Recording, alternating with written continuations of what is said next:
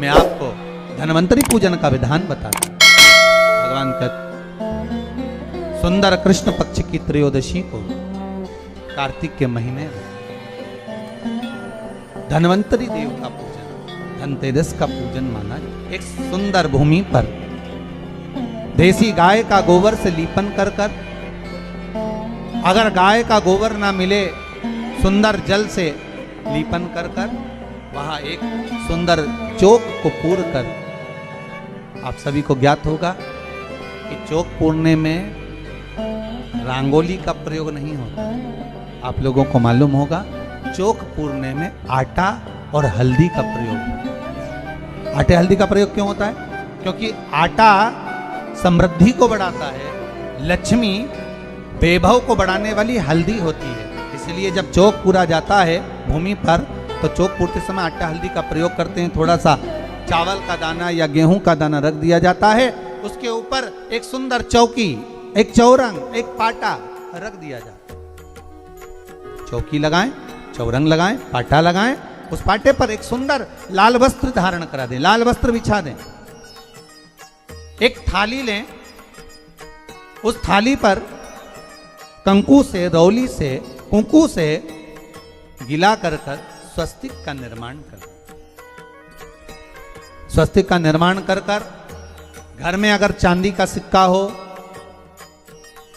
अगर चांदी का सिक्का नहीं हो, चांदी का कॉइन नहीं हो, तो अपने घर का 1 का सिक्का, 2 का सिक्का, 5 का सिक्का, 10 का सिक्का, जो भी आपके घर में हो वो कॉइन ले लें महाराज, उसको थाली के अंदर रख दें स्वस्तिक के ऊपर। फिर उसका स्मरण करें। आटे के 7 दिए बनाएं, एक थाली में, एक प्लेट में रख लें, घी के दिए बनाएं और उसमें सुंदर बाती को लगा दें। ध्यान दीजिएगा, इसमें जो बाती लगेगी वो लंबी बाती लगेगी। लक्ष्मी जी की पूजन में जितनी भी बाती लगे वो लंबी लगे। महाराज घी के दिए लगा दें 7, सातों दियों को प्रज्वलित कर लें, प्रकट कर लें। एक दिया तेल का लगा लें। तेल का जो दिया लगाया है, जहां पर आपने सिक्का रखा है, कॉइन रखा है, उसका लेफ्ट हैंड, मतलब आप ऐसे बैठे हो तो आपका सीधा हाथ की ओर आप तेल का दिया लग दें। और जो 7 दिए आपने लगाए हैं वो लक्ष्मी जी के राइट हैंड, मतलब आपका लेफ्ट हैंड हो गया, लक्ष्मी जी का राइट हैंड, आपका लेफ्ट हैंड हो गया, आपका उल्टा हाथ। वहां पर 7 दिए जो आपने प्रज्वलित करे हैं वो प्लेट में रख। सुंदर थाली जो आपने पूजन के तैयार करी है, उसमें कुंकू, रोली, हल्दी, अबीर, गुलाल, चंदन, मौली, लाल धागा, मौली, अमरबेल के टुकड़े,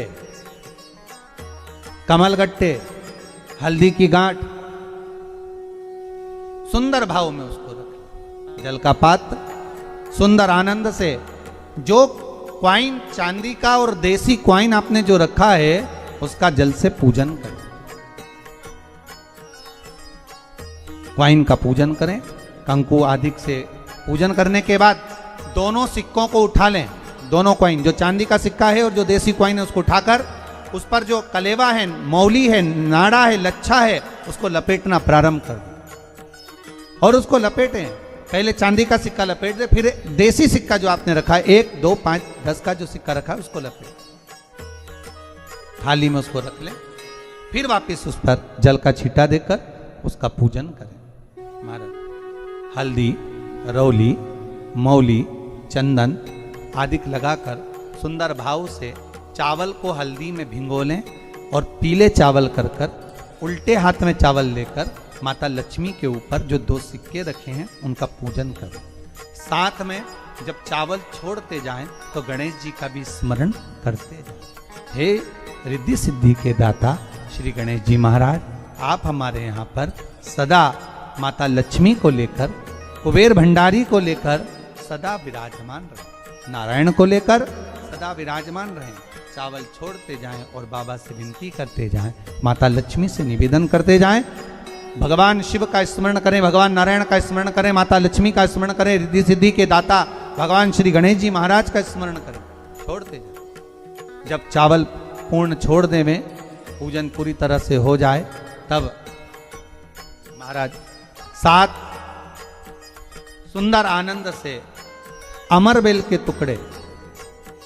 अमरबेल वृक्ष पर एक पीले कलर की बेल चलती है, पीली, उसमें पत्ते नहीं होते, वो किसी भी वृक्ष पर डली रहती, वो अमरबेल कहलाती।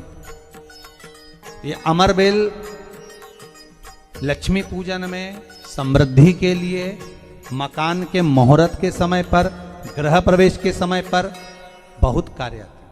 महाराज ये अमरबेल को पानी की जरूरत भी नहीं पड़ती, आप रूप किसी वृक्ष पर डाल दी जाए वो अपने आप फलती चली जाती है। उसी तरह हमारे यहाँ भी हम भगवान से यही प्रार्थना करते हैं, जैसे अमरबेल बिना पानी पड़े भी किसी भी वृक्ष पर डाल दी जाए पनपती जाती है, बढ़ती चली जाती है। ऐसे हमारे घर में बेबहू लक्ष्मी बढ़ती जाए।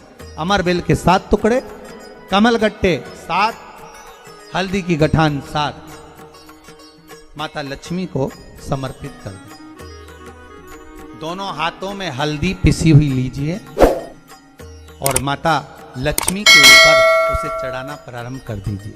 7 बार पिसी हुई हल्दी वो सिक्कों पर चढ़ा दें, अपनी मनोकामना कर कर अपने घर में माता लक्ष्मी को विराजमान करने के। जब हल्दी पूर्ण चढ़ जाए, हाथ में कुंकू ले लीजिए, रोली ले लीजिए, उस रोली कुंकू को भी माता लक्ष्मी को समर्पित कर।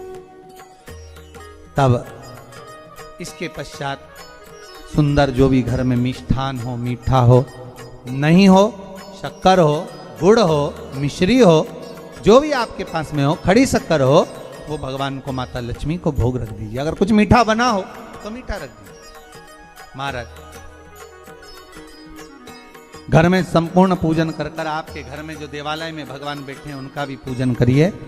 पूजन करने के पश्चात आप माता लक्ष्मी से निवेदन करिए, हे माँ आप हमारे यहाँ सदा विराजमान हो। पूजन करने के बाद जो 7 दिए आपने प्लेट में रखे हैं, थाली में रखे हैं पूजन के लिए, घी के उन 7 दियों से माता लक्ष्मी की आरती उतारिए। उन 7 दियों से माता लक्ष्मी का पूजन करिए। माता लक्ष्मी से विनती करिए, मां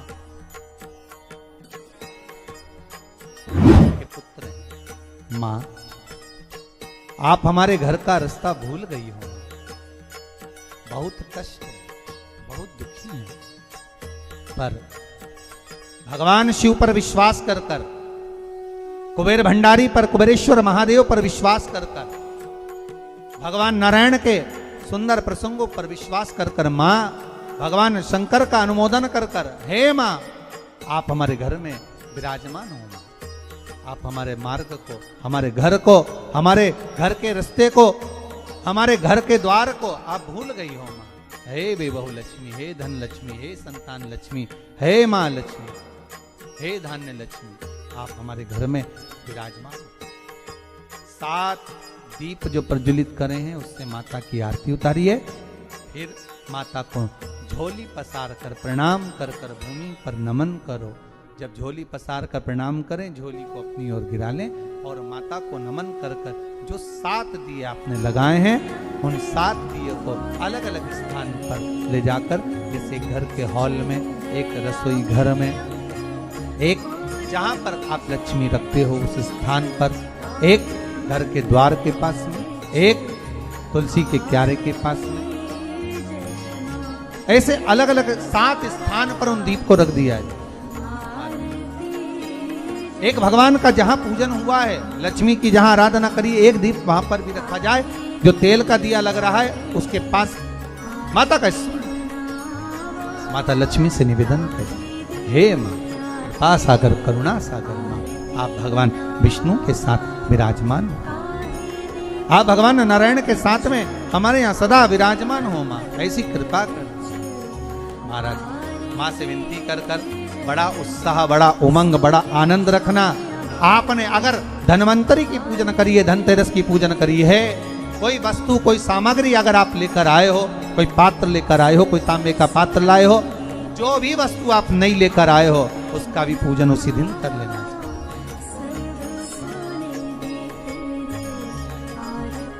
उसका भी पूजन। ये लक्ष्मी अगर आप धनवंतरी का पूजन करते हो, धनतेरस का पूजन, सुंदर कार्तिक के महीने की कृष्ण पक्ष की त्रयोदशी को अगर आप कर रहे हो, तो ये लक्ष्मी भले मेरे साथ बैकुंठ में जाकर रहे, पर लक्ष्मी का एक अंश तुम्हारे घर से कभी नहीं जाएगा, वो सदा विराजमान रहेगा। ऐसी है मां धन्वंतरी की पूजा।